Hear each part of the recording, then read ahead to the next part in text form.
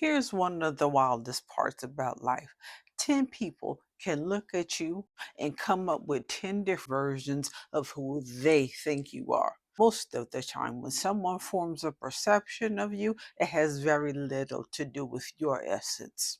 It has everything to do with their lens, their wounds, their upbringing, their unhealed parts, their experiences. That's why one person might look at you and say, "You're intimidating," while another in the same moment say, "You're inspiring."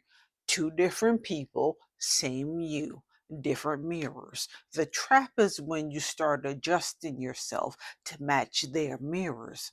When someone calls you too much and suddenly you start quieting your voice.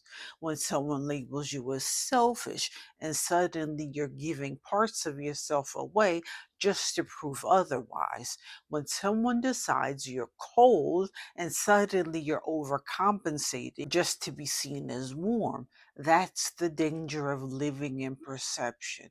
You abandon yourself to fit inside their version of you. Think of walking through a funhouse full of warped mirrors. In one, you look stretched out. In another, you look distorted. None of those images are accurate, right? But if you stood there long enough, you'd start believing you really looked that way.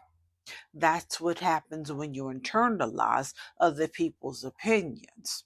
You mistake distortion for truth. So let's get honest. People's perception of you is not your identity. It's commentary about them. If someone says you're too intense, maybe intensity is something they don't know how to sit with, right? If someone says you're too quiet, maybe silence feels unsafe for them. If someone says you're hard to love, maybe they've never learned how to love themselves. It's not your job to carry their perceptions.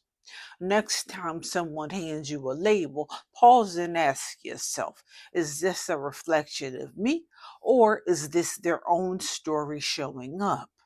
Most of the time, it's the latter. And right there, you get your power back. You can either wear their perception like heavy ass clothes that don't fit, or you can set it down and walk lighter.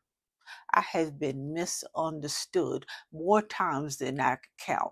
Called too much, called not enough, called difficult, called quiet, called this, called that, blah, blah, blah, blah.